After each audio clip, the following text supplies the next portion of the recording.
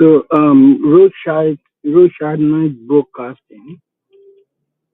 If anyone can join me, you know, accompany my driving back. I'm still gonna drive like 1 hour.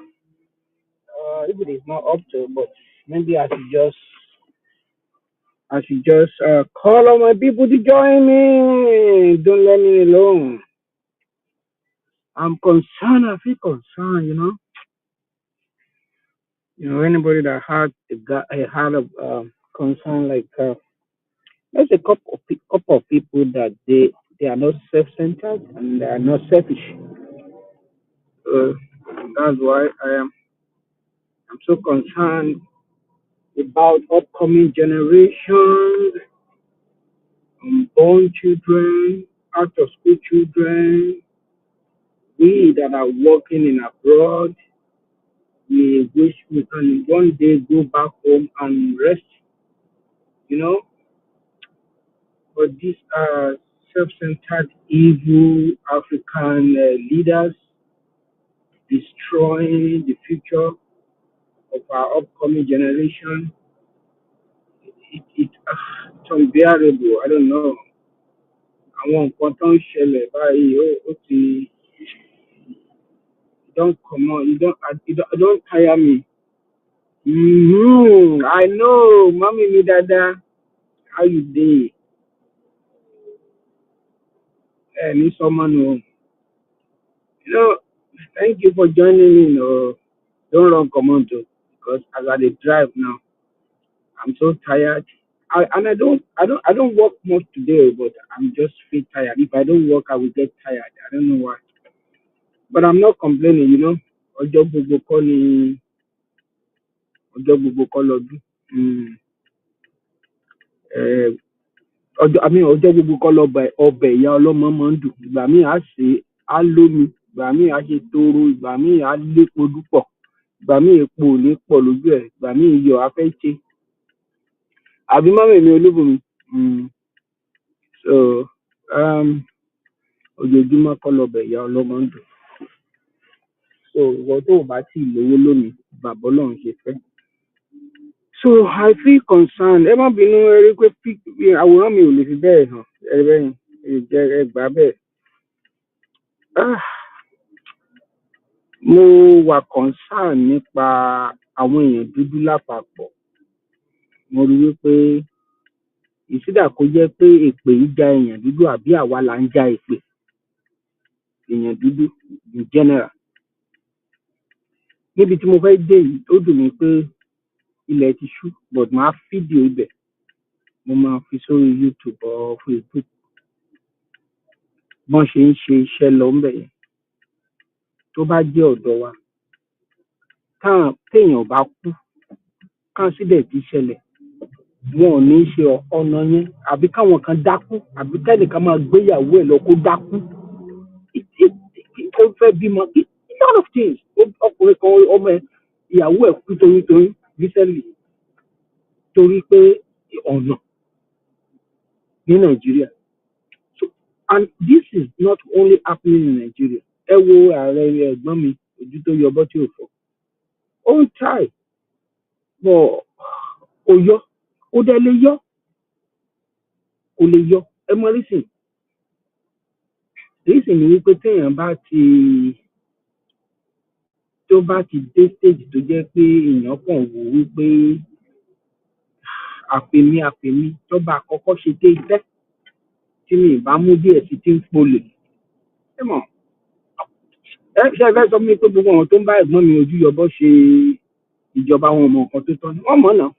Àwọn tó ń ṣèjọba ń Tógò tí ẹrù pé wọ́n mọ̀ ní tí ìyẹn fẹ́ tún jẹ tí bàbá ẹ̀ àti bàbá ẹ̀ tó ń kú tóun náà tún fẹ́ kú síbẹ̀.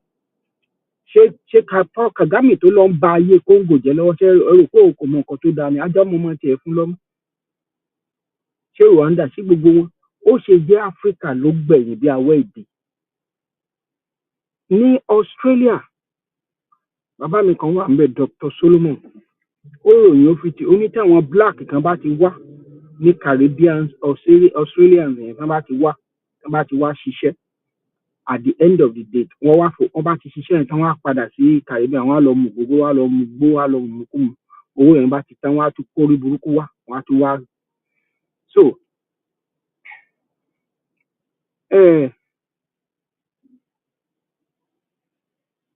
àmì mọ́mì mi, God will help us, the road is bad. Ṣé Ọlọ́run ló máa àbí ẹ̀sùn mà ọ̀nà tí mo sọ fún yín pé wọ́n ń ṣe ń bí ibẹ̀ mo ti dúró Ọlọ́run mà kọ́ ló ń bá wọn ṣe ọpọlọ wọn mà náà ń lò problem tí mo sọ pé àyàn dúdú nìyẹn a ti wà gọ́lébù ọ̀run àti Ọlọ́run gan ti kẹ̀yìn sí èèyàn dúdú torí inú wa gan ò dáa èmi tí mo wà ń bí gan èèyàn burúkú lèmi náà á dáa I'm telling you á dáa. So now mo fẹ́ fi kíní kan hàn yín and fewer discretion please fewer discretion I warn you fewer discretion. Àwọn ọmọ tó ló àwọn ọmọ adarun tó ló àwọn ọmọ tún. So ẹ jẹ́ kí n wá kọ́kọ́ play nǹkan tí bàbá yìí sọ kí n tó wá fi fídíò yẹn hàn yín. Let me play this before I show you the one I want you to be careful before you watch it. Remember, this Boko Haram issue started since 2012. Yeah. And I was in the military intelligence that time. We arrested those people. It is my organization that actually conducts interrogation and interview. And they mention names. I can't come on air and start mentioning names of people that are presently in government now that I know, presently in government, that the boys that we arrested mentioned. Some of them are governors now. Some of them are in the Senate. Some of them are in Asu Rock. The intention is to Islamize Nigeria and practice Sharia. And it doesn't matter if some people die. It doesn't matter if you're embarrassed. It doesn't matter if our economy has degenerated. Look at the interest rate. Look at the inflation rate. Look at the debt profile of Nigeria. They don't care. Ṣẹ́rí nígbà tí bàbá yìí tó ń sọ̀rọ̀ Buhari òun ló wà lórí oyè ńgbà yẹn. Àṣẹ àti ìrí nǹkan kan gbà yẹn. Ṣé rí itú tí Buhari wá pa? Ẹ tún gbọ́ nǹkan tí mò ń sọ. Ẹ gbọ́ nǹkan tí mò ń sọ. Tí Buhari ní ká máa bọ̀. And of course, we will try more to cultivate that culture in our people, while at the same time bringing the Fulanis in one fold and try to arrest their traditional practice of moving from one place to the other. And that is very big, an uphill task. But I think we can communicate with them more, because to them they don't have borders from Cameroon to Nigeria. But that's the thing, Your Excellency. How do we ensure that those who will be participating in this federal government largely funded program will be Nigerians? In terms of the funding? No, in terms of the operations. Operations. You said to bring in the Fulanis together. We have Fulanis from other countries. The issue of misconception, I said there is a lot of mistrust and misconception with regards to the Fulani man. The Fulani man is a global or an African person. He moves from the Gambia, from Senegal, and his nationality is just a Fulani man. And as a person, I may have my relations in the Cameroon, but they are also Fulani men. I have relations because from the maternal side, I'm a Fulani man. And that is why we want to educate people. A Fulani man sees himself as a Bayelsan, as somebody coming from the Niger Delta, because he speaks the Niger Delta language, which you and I don't. And of course, we would have to just take this as part of our own heritage, something that is African, and that we cannot just close the border. Ọláyé ẹ má ti dé ìlú ẹ láwọn adarán yẹn wọn ní sọ èdè wọn wá fi pamọ́ wò ẹ ní ìmọ̀ àárín wọn wọ́n fẹ́ báyé yín jẹ́ wọ́n wá máa ṣèpàdé ní èdè wọn. Adébáyé wọ́n á ṣèpàdé lédè wọn, wọ́n á dòǹdò wọ́n á ṣèpàdé lédè wọn. Kò sí fùfúdè yẹn ní ìfùgàn l'Amẹ́ríkà mi bá. Border and say the Fulani man is just a Nigerian or this. No. In most cases, the crises are precipitated by those outside Nigeria. When there is a reprisal, it is not the Fulani man within Nigeria that causes it. It is that culture of getting revenge, which is embedded in the tradition of the Fulani man. That what attracts... revenge is that? Revenge of what? Who offended them? Who offended them? Hello, offend you. Reprisal from all over if I understand it, does that mean that those Fulani men who are maybe domiciled in other countries who move around, they can come into the country and this plan will accommodate them as well? Yes, that's what we want to do. But it has to be done through sensitivity. So Buhari ti finish iṣẹ́ yẹn ipe nǹkan táwọn fẹ́ ṣe nìyẹn kí gbogbo wọn wá gba Nàìjíríà. So àwọn dẹ̀ gbàgbọ́ pàwọn làwọn ní Nàìjíríà. You are just see if you are killing yourself you are dying in their world that you own Nigeria. Owó Nàìjíríà kí náà fi script èdè wọn àbí mélòó ni èdè wọn ní ọ̀rọ̀ Mùsùlùmí àbí Ṣẹ̀ríà jáde nínú constitution Nàìjíríà. Ǹjẹ́ o rí pé kán sọ̀rọ̀ Bíbélì àbí kán sọ̀rọ̀ ọ́ní ọ̀dà àbí ìṣẹ̀ṣe àbí Ṣàngó lákàyè ọ̀ṣunmọ́lẹ̀ àbí wọn kí tó sọ ń bẹ̀? No, you are just deceiving yourself. Ẹ̀gbọ́n tító yẹ fẹ́ tí o fọ́ devolve the power. Devolve the power. Now nígbà kan tí wàá kó gbogbo wọn wá báyìí tẹ bá rí àwọn àmì wa bá ṣe pa wọ́n pàkúpà àwọn àmì kan láya kan lọ́mọ síwádìí kan níbo náà ti rí ìbọn yìí ta ló ń tì wọ́n lẹ́yìn ta ló ń tì wọ́n lẹ́yìn níbo wọn ṣe ń ṣe bá a mọ̀ ìpé àwọn France ẹgbẹ́ lọ tọ́jú ara ẹ̀ lọ́dọ̀ ẹ̀ ẹ́ àbúrò bọ́n ṣe bàlú onílùú gbogbo jẹ́ láfíríkà náà èèyàn dúdú ti wọ gàù lọ́wọ́ àwọn yìí ṣé kò yẹ káfíríkà come together once and for all wọ́n ń dẹra yín síra yín ní Sudan wọ́n ń dẹra yín síra yín ní Ethiopia wọ́n ń dẹra yín síra yín ní Libya wọ́n ń dẹra yín síra yín ẹ̀ wá ń pa ara yín nípa pípa bákan náà ló dẹ̀ sí ṣẹlẹ̀ lórí nǹkan lórí ṣọ́ọ̀bù Yorùbá nation bẹ́ẹ̀ lómi ṣe máa gbowó jẹ ó lóun fẹ́ lọ ṣe rálì olè ló dẹ̀ fẹ́ fi jẹ ẹ máa gbẹ́ ẹ̀kí láìpẹ́ tó tí wọ́n ti ń sọ ara máa ń gbé yín aládẹ̀ máa gbé yín pa tẹ́lẹ̀ ìkọ́sẹ̀ láìpẹ́ tó tí wọ́n di kẹ́sán lọ ó gbé ojú ẹ̀ sẹ́gbẹ̀ẹ́ tó bá fẹ́ wò. Allahu akbar, syukur Allah. Lihat bene dah kita kan. Nah kanda kiye.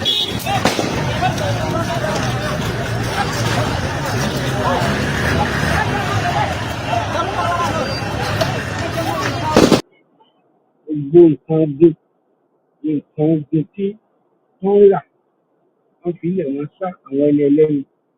Ṣé bá wo fídíò kan níjọ́wọ́ nìyẹn couple of days ago àwọn àmì yẹn bẹ̀ sí sọ pé wọn ò fún wọn lóúnjẹ wọn ò fún wọn ní weapon wọn ò fún wọn lóúnjẹ weapon tó kún ibí yìí táwọn people ti capture níbí Africa ti wọ gàù ìlúkìlú tí bí yóò lè ti jẹ́. These people has nothing to do with Muslim. Because aláwàkúbà ò aláàlejò láì tẹ́ ẹ sọ yìí níbo lẹ ti rí ideology yẹn gan-an ìyẹn ní òye mi. Àwọn cleric tó ń kọ́ wọn kọ́ púpọ̀ tó bá yẹ pé bẹ́ẹ̀ náà ni Roman Catholic tí Pope Francis tẹ̀ kú tó bá jẹ́ pé bẹ́ẹ̀ ló ṣe tó ìbọn torí Catholic ló ṣe pọ̀ jù nínú ìsìn ayé 1.something billion people kan kó bọ́n kan sọ pé ẹ̀gbọ́dọ̀ wá sí ìlú ìgbọ́dọ̀ wá sí ìlú wọn ibi tí wọ́n bá ti ṣe Kristẹni àbí ìlú Amẹ́ríkà kan sọ pé Muslim ìgbọ́dọ̀ wá bì. Tegak latihan. Tegak latihan.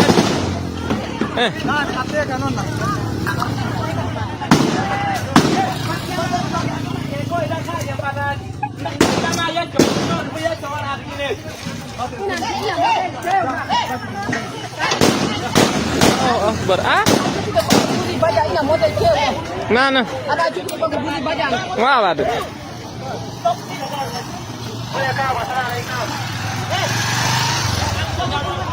Ìyàwó àwọn kan ọkọ àwọn kan ẹbí àwọn kan breadwinner àwọn kan òun lẹ tẹ̀mí ẹ̀tẹ́ lọ sí kò sí báyìí breadwinner àwọn kan.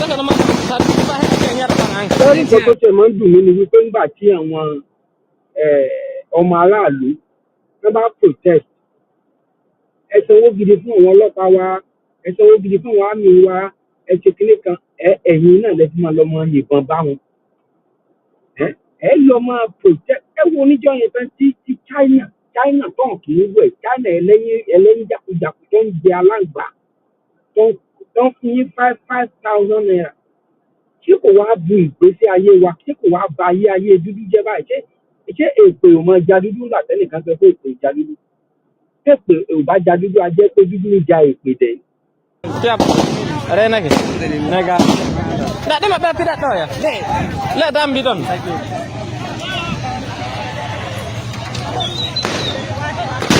Lihat dalam bidon nah. Siap, Asul. Dari dek bukan di situ loh, baru saya.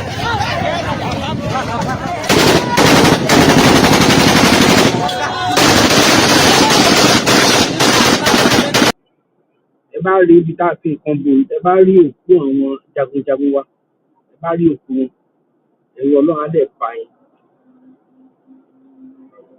Wọn ò ní wá sọ fún àwọn ẹbí wọn pé wọ́n kú gbogbo wọn pa wọ́n dànù lẹ́kẹ̀rẹ̀kẹ̀ sílẹ̀. Ina oh ini. Tati. Nah, jo jago. Ada sahur nan ya. Baik, sudah. Allahu Akbar. Go didi tati nah, jo jago jadi. La jadi fuke su duta. La deka ka kandi.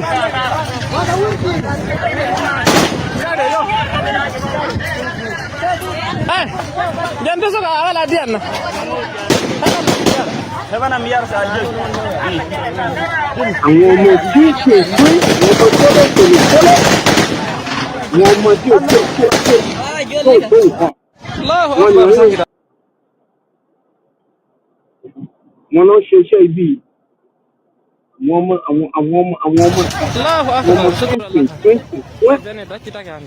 ó ṣiṣẹ́ ibi.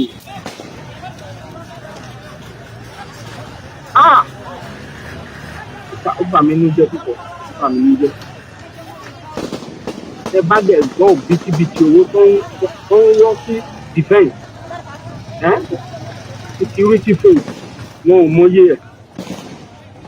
Gómìnà yẹn á ná tó bá yá wọn á máa dì káàmpù ṣọ́ọ̀tù wọn á máa dì káàmpù wọn ò tẹ̀ ní ìtìjú kọ́kọ́ ojú wo mọ́. Ìtìjú kankan lórí ìdílé yẹn. Láti ẹ̀kẹta sí ní ìbọn kò sí airport tó lè lọ support communication ṣùgbọ́n ẹjẹ́ kẹ́yìn kan ẹjẹ́ kí bàbá àròpọ̀ eré sọ pé ẹ̀yàn ọlọ́pàá kan àbí fẹ́ẹ̀lì kan sọ pé sílẹ̀tọ̀ kan ò ṣe ayé ẹjọ́ ẹ̀ dáadáa wọn á ní ká lọ arrest ẹ̀ wọn á mọ ibi tó wà fídíò yẹn wọn á fi mú tí ìrí kankan ẹ máa wòran owó tó ń kó góòlù ó mà ṣe.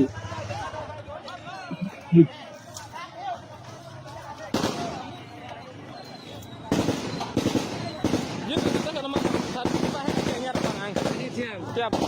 Ada lagi? Nega. Nggak ada mbak tidak tahu ya? Lihat dalam bidon.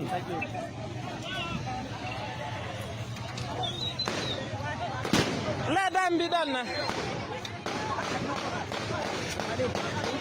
Siap, Asul.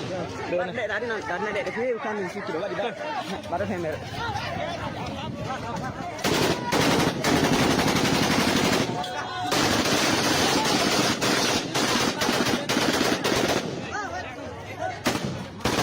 Ini Tati. Nah, jo jago. Ada sahur nan ya. Baik, sudah. Allahu Akbar. Go didi tati nah, jo jago jadi. La jadi fuke su duta. La deka ka kandi.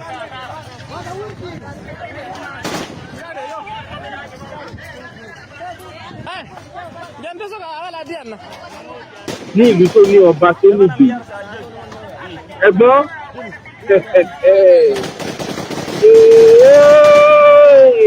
kú dẹ́dẹ́dẹ́ òkú dẹ́dẹ́dẹ́ kú.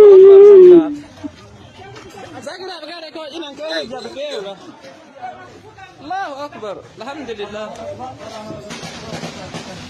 Alhamdulillah.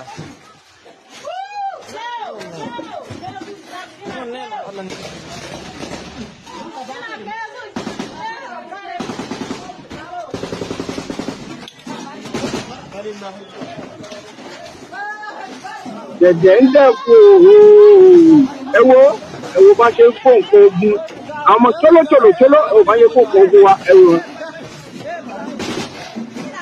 ẹ ò tọ́jú àwọn jagunjagun wa ilé ibù wá kù ní ìgbà tí ojú ń pọ́n Liberia ẹ̀yin ológun ọmọ ilẹ̀ Nàìjíríà mo gbé bẹ̀rẹ̀ fún yín nígbà tí ojú ń pọ́n South Africa Ọlọ́run nígbà tí ojú ń pọ́n tó pọ́n àwọn kábíyèsí Ọlọ́run àwa dìgbà àkólẹ̀ lọ́wọ́ àwọn ọmọ wọn ẹ ṣe dáa o.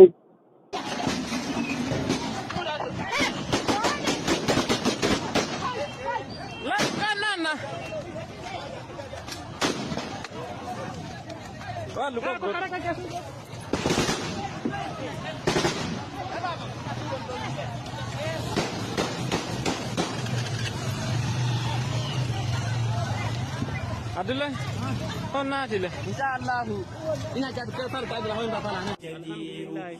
Ngetti dum Allah dum. Nyanne ko beydan wala jahbe mu. Ẹ máa wo Yami Oluwo mi jẹ́ rí náà bẹ́ẹ̀ ti sùn. Ẹ wo ayé wa, owó Nàìjíríà, owó èmi bí olè. Jẹ́rí. Ó dára. Àdàbí àdá. Wàhálà. Àdàbí àdá. Dàbí tẹ́ ẹ̀ bá ti gba free education níbi ìdílé. Tẹ́ ẹ̀ bá jẹjẹ nílé ìwé tẹ́ ìjọbi ní ẹyin. Tẹ́ ẹ̀ bá gba good education. Àdàbí tẹ́ ẹ̀ bá jẹ́ owó ìlú yẹn, owó èkó ìlú yẹn, ilẹ̀ ti tọ́ ọmọ yín wọ̀nyí.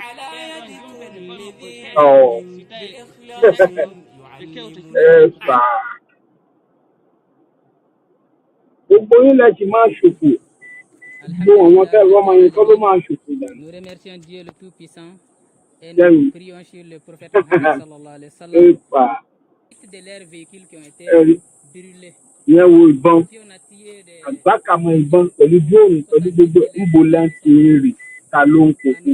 This is a simple question we should ask ourselves. Qu'ils prennent, qu'ils attrapent et ils partent enfermés. Ces civils-là, nous allons. Nous ne disons pas. Noir, tu es blanc.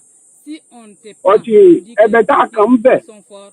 Nous, on est contre. On va venger. Qu'ils sachent qu'on va venger ce qu'ils font. Obìnrin nígbà tó ń bẹ Buhari ńgbà yẹn inú wọn ni wọ́n á ṣe ẹ̀yẹ wọ́wọ́ ẹ máa gbọ́ wọ́n bú Tinubu ẹ̀gbọ́n tẹ́rí kàtà ẹ̀gbọ́n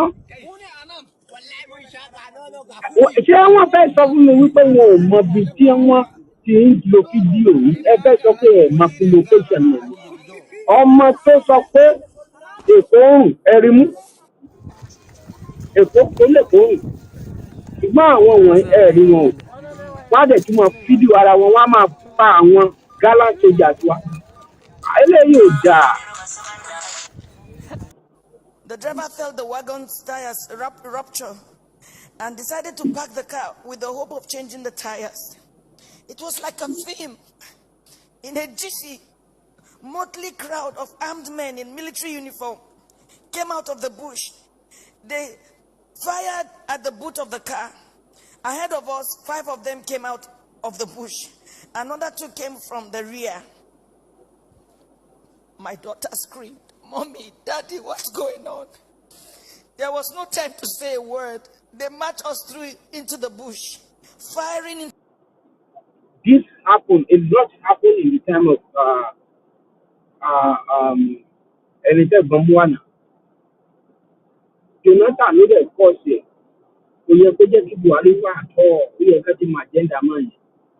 Ẹ̀gbọ́n Buhari ti pẹ́ tó ti gbìyànjú tó ti dìbò tó fìdí rẹ̀. Ẹ̀gbọ́n Ojúyọbẹ ló lọ gbé Buhari lẹ́yìn wa. Torí wípé ó dẹ̀ fẹ́ wá láti wá sí post 93. Ibẹ̀ ló wà ibà kó ṣe nǹkan tó fẹ́ ṣe. Ọlọ́run ló mọ̀ là. Ṣé tó gbàdúrà kó kú? afẹ́ṣẹ́gbò kẹjọ afẹ́ṣọdún méje méje àwọn tó pẹ́ àwọn bíi wíkẹ́ àwọn olè tó òun wá ipò láǹjọ́sì ẹ̀gbọ́n ẹ̀ ṣe ìtẹ̀ ẹ̀fẹ̀ ìṣe àwa máa ń tẹ ẹ̀fẹ̀ ṣe ẹ̀ṣẹ̀ ìtẹ̀ ẹ̀fẹ̀ ìṣe ẹ̀ṣẹ̀ kò sáyé ò lè parẹ́ sà ẹ̀ṣẹ̀ ìtẹ̀ ẹ̀fẹ̀ ṣe. Eléyìí lágbára o. Into the sky. They hit me on my chest, hit my daughter on her head. Blood oozed. At this time, it was better to kill me. I shouted at one of the armed men. His response was hell. He went straight for my private part, tore my dress with his gun. The others ripped my dresses. I was left with my undies. My husband and my daughter started crying. Two of them dug their teeth into my breasts. While attending a secondary school in Adamawa, I had lived with some Fulani, so I understood a few Fulani words. I started bleeding, at least for my daughter. To my shock, at gunpoint, they removed the dress of my little girl. One of them carried her on his head as a baby, on his head as my baby struggled, shouting, "Daddy, Mommy, what's going on? Help me!" I could not help myself. We marched for 9 hours. I was half naked. My daughter was totally naked.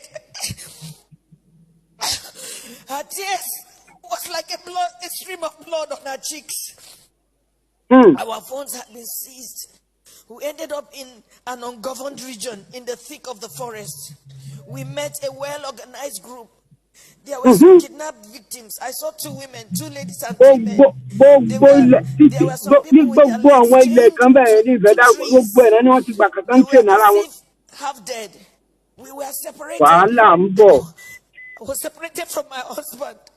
Ẹ wá mọ nǹkan tí àwọn sínétọ̀ tó sì wà ń bẹ̀ àpábíò tó ń gbá ìdí tó ń jẹ́ ìdí ló ń gbá ń bẹ̀ yẹn tó ń yà mí lẹ́nu pé àwọn ní diplomatic passport wọn á sá lọ fine ṣùgbọ́n kinní kan tí ó ń yà mí lẹ́nu ni pé kí lẹ fẹ́ gbà sí gbogbo ilé kí lẹ fẹ́ gbà sí kẹ́ ẹ̀ ṣe nǹkan tó yẹ kẹ́ ẹ̀ ṣe once and for àwọn pípò yìí wọ́n ti ní nǹkan yìí sílẹ̀ wọ́n Tinubu bá sọ pé wọn ò fẹ́ kí Yorùbá ọ̀wọ́n bọ́ǹtò òru yẹn ni wọn ò fẹ́ inú bí wọn ẹ wo gba ayé Jonathan wọn bẹ̀rẹ̀ wàhálà yìí ó ti kàn ti Tinubu báyìí ó ti tún bẹ̀rẹ̀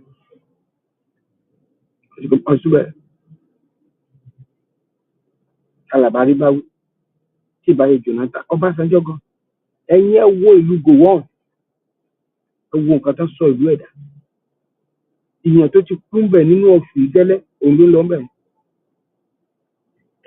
nǹkan tá à ń sọ nìyẹn wọ́n jẹ́ kí ojú bàbá yẹn rí ibi ní ọjọ́ alẹ́ ibi wọ́n jẹ́ kó rí. My daughter was taken away. I only heard her screaming intermittently. I did not know what they were doing to her. These men, now about 2 dozen, had a full kitchen.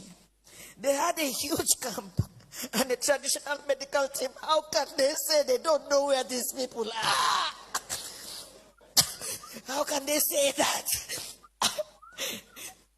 But the camps appeared isolated from each other. We had noises afar, indicating it might be nuclear settlements of camps. Right in my presence, I saw them pack the remains of a woman. They took her and buried her a few meters away from us. She had tribal marks. I cannot describe the agony of 6 days in captivity in this little piece. I cannot talk about how they asked my husband to choose between myself being raped or his daughter being raped. My husband broke down in uncontrollable tears. One of them hit him saying, "Yoruba bastard, you dey cry, idiot." They now gave him an option that he should be raped by one homosexual among them. My husband, a devout Muslim. My husband is a devout Muslim.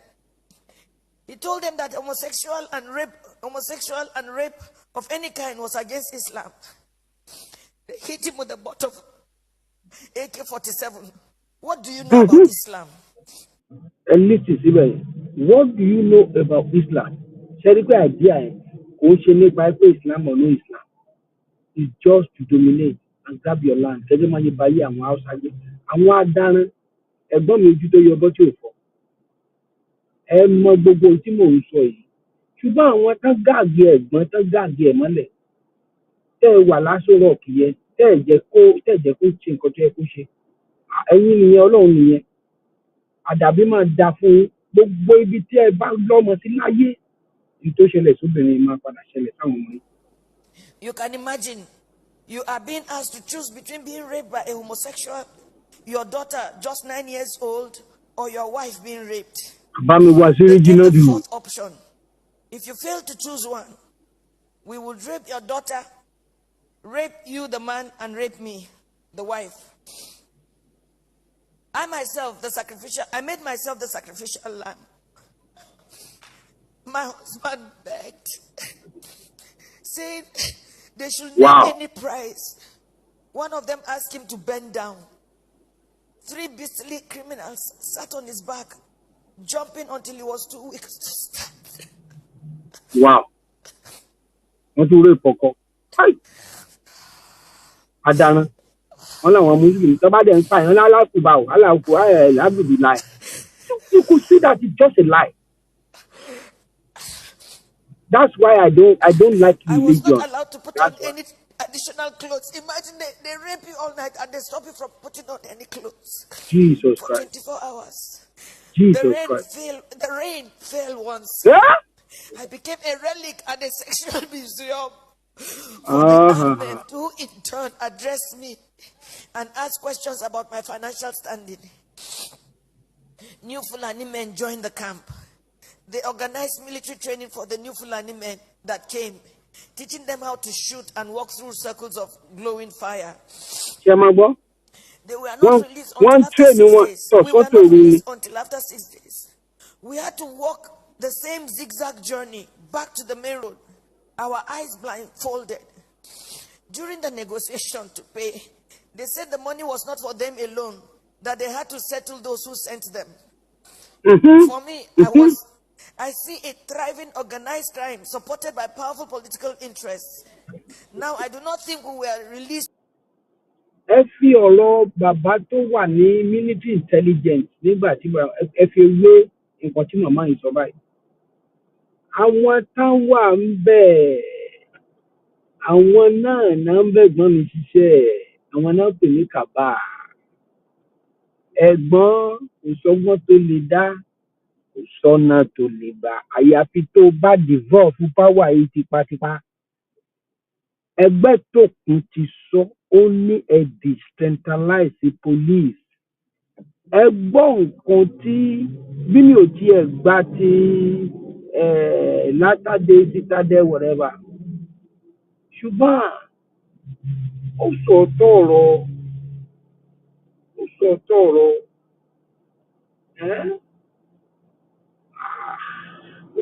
To freedom after paying a whopping 8 million naira. I do not think we can ever be free. We can never be free from the anguish, the psychological trauma, the nightmares we suffered, the occasional fits of my daughter, her waking up at night behaving strangely, her asking the same question over and over, Mommy, why? And I do not have an answer. In my life, I have never passed through a torture chamber like this. I do not think any society should let this happen. I do not know the fate of those we met and about 7 other people brought during the 6 days we were in captivity. What I saw was a nation that has collapsed, but pretends she lives. A people on life support. Crime is not restricted to Fulani people alone. We have Yoruba criminals, but I don't think Yoruba criminals are this beastly. These elements are savages. I can't imagine I can't imagine Yoruba thieves going to Sokoto or Meduguri to kidnap Fulani people and keep them in their own bushes. láyé It gives láyé. me mental torture that this is happening, and some people are even trying to justify or look for excuses. Well, as a devout Muslim,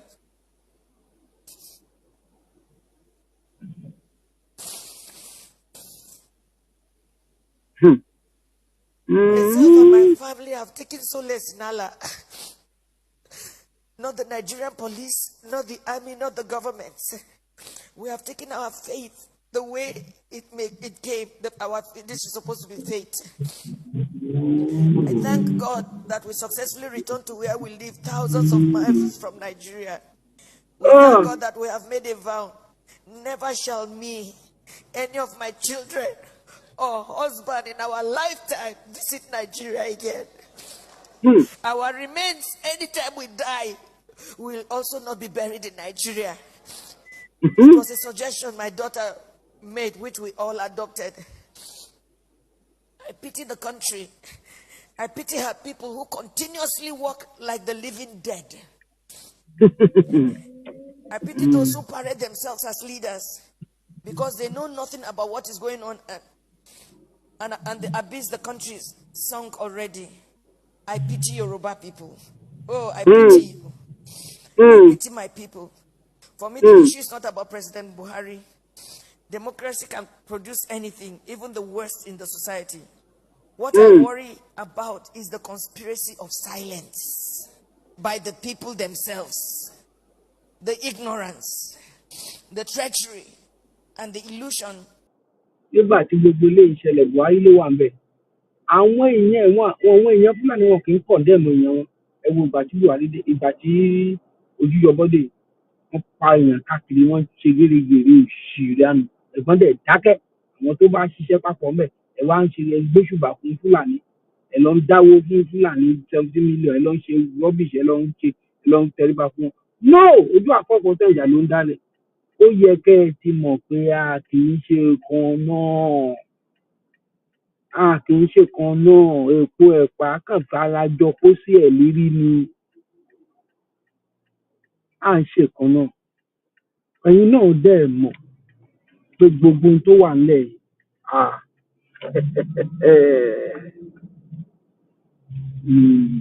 Is the conspiracy of silence by the people themselves, the ignorance, the treachery, and the illusion that one day things will get better through another election. Since I was born in Nigeria, each year had led from bad to worse and on and on.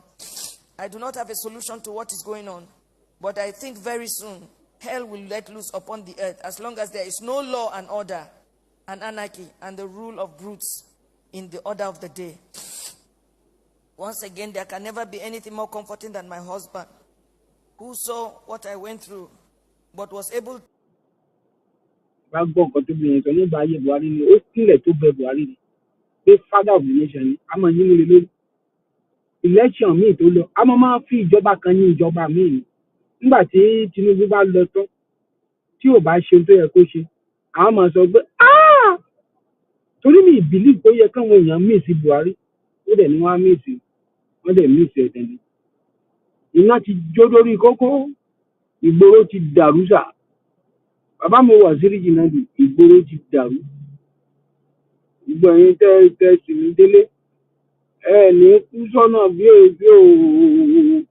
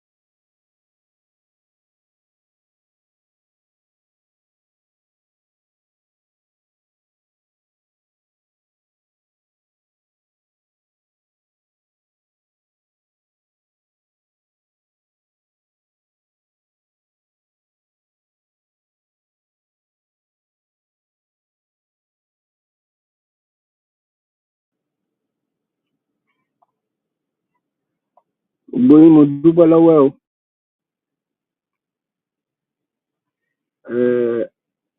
Adóṣùṣù kì í dá nìkan ṣayé, ẹ̀mí dá nìkan ṣayé yé o. Ó dàbọ̀.